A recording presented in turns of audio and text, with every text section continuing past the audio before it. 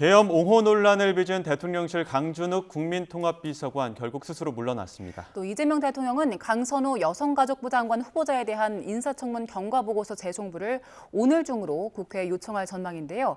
용산 대통령실 연결합니다. 정인용 기자. 강준욱 비서관이 결국 사퇴 의사를 밝혔네요.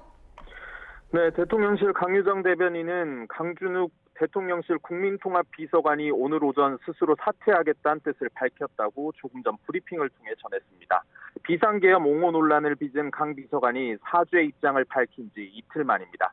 강 대변인은 자신을 지지하지 않는 국민도 포용하겠다는 대통령의 의지에 따라 보수 진영 인사의 추천을 거쳐 강 비서관을 임명했다고 밝혔습니다. 하지만 국민 주권 정부의 국정 철학 그리고 원칙에 맞지 않는다는 국민 의견이 강하게 제기됐다고 설명했습니다.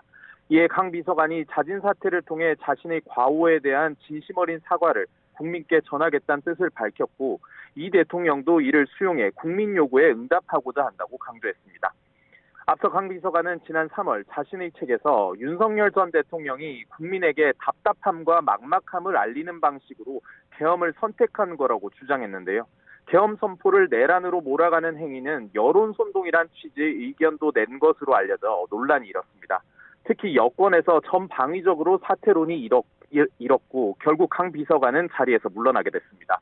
대통령실은 후임 국민통합비서관은 이재명 정부 정치 철학을 이해하고 통합의 가치에 걸맞은 보수계 인사로 임명할 계획이라고 덧붙였습니다.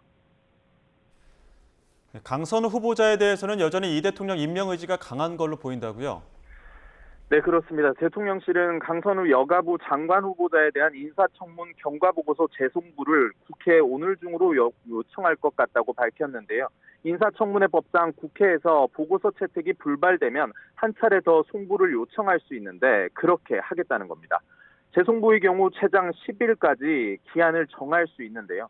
강유정 대변인은 윤석열 정부처럼 하루나 이틀을 기한으로 재설정하지 않을 걸로 알고 있다며 오는 31일까지를 기한으로 송부하지 않을까 싶다고 말했습니다. 이 대통령은 재송부 기간이 지나면 국회 동의 없이 강 후보자를 장관직에 앉힐 수 있는 만큼 임명을 강행하겠다는 의지로도 풀이됩니다. 앞서 강 후보자는 갑질 의혹을 받아왔습니다. 보좌진에게 사적 업무를 시켰다는 논란에 휩싸였고 임금체불로 고용노동부 진정을 당한 의혹도 알려졌습니다. 특히 어제는 문재인 정부 정영애 전 여가부 장관으로부터 강 후보자가 지역구 민원 해결을 못했다고 관련 없는 예산을 삭감하는 갑질을 했다는 폭로까지 나왔습니다. 야당은 물론 민주당 보좌진 협의회와 시민단체들도 강 후보자 사퇴를 요구하고 있지만 강 후보자가 스스로 물러나지 않는 이상 여가부 장관에 임명될 걸로 보입니다. 지금까지 용산 대통령실에서 전해드렸습니다.